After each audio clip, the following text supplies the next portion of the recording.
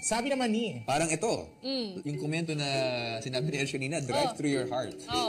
Regardless, we're proud of Aklis. They've shown what they're capable of and there's a lot of room for improvement. Yes. Para sa lahat naman ng housemates talaga, marami room for improvement. Oo naman. Kahit naman lumabas sila, kahit naman 10 years na sila sa industriya, lagi pa rin namang may room for improvement. Yes, exactly. Kahit nga si Boy Abunda, sinasabi niya, pa rin lagi, every salang niya ay chance para mag-improve, di ba? Even si ano rin, si Coco Martin. Of course. Diba? Iba't ibang platform, iba't ibang role ang ginagampanan niya, pero hindi pa siya nabubusog doon sa kanyang... Hindi nakakampante. Hindi nakakampante. Paano ako busog na busog ako?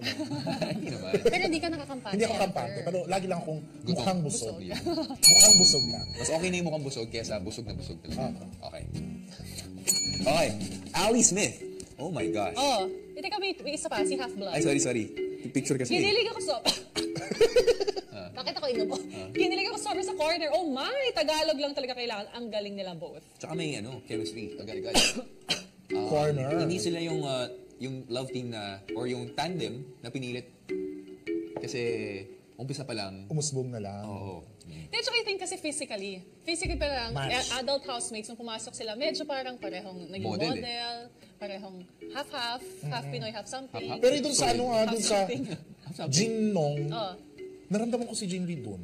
Yung eksena Sa eksena. Tsaka kaya niyang umarte Naramdaman ko may kaya siyang patunayan. Kay Jin Lee talaga yung naramdaman mo. Feel na feel ko si Jin Lee. Kung parang feel na feel naman ni Nonong na sinabi ni Jin Lee kung gusto niya nakakatrabaho si Nonong. Feel na feel lang. Feel na feel talaga nito si Nonong. Napakataksil mo, pumasok ka lang.